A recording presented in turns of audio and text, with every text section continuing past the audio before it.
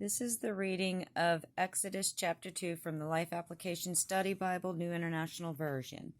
Now a man of the tribe of Levi married a Levite woman, and she became pregnant and gave birth to a son. When she saw that he was a fine child, she hid him for 3 months.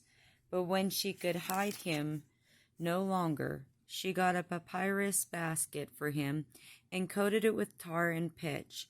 Then she placed the child in it and put it among the reeds along the bank of the Nile.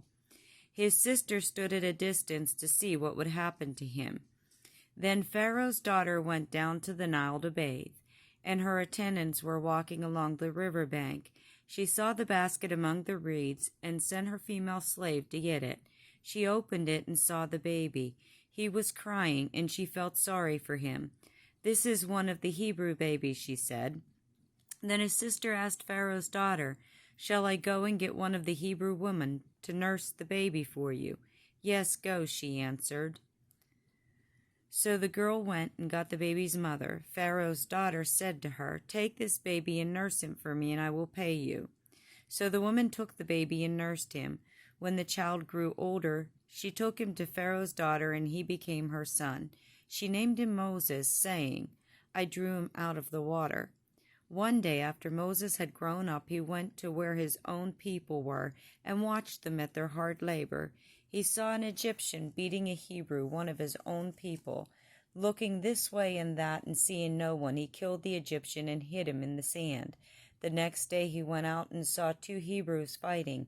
He asked the one in the wrong, "Why are you hitting your fellow Hebrew?" The man said, "Who made you ruler and judge over us? Are you thinking of killing me as you killed the Egyptian?"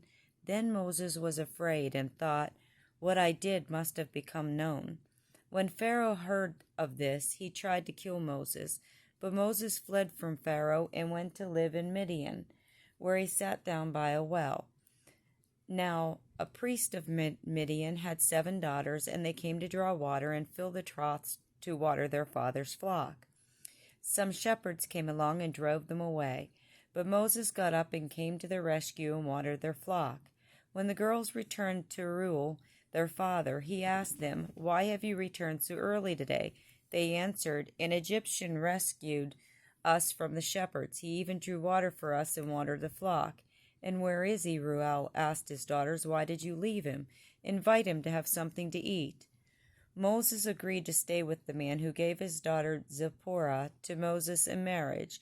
Zipporah gave birth to a son, and Moses named him Gershom, saying, "I have become a foreigner in a foreign land." During that long period, the king of Egypt died.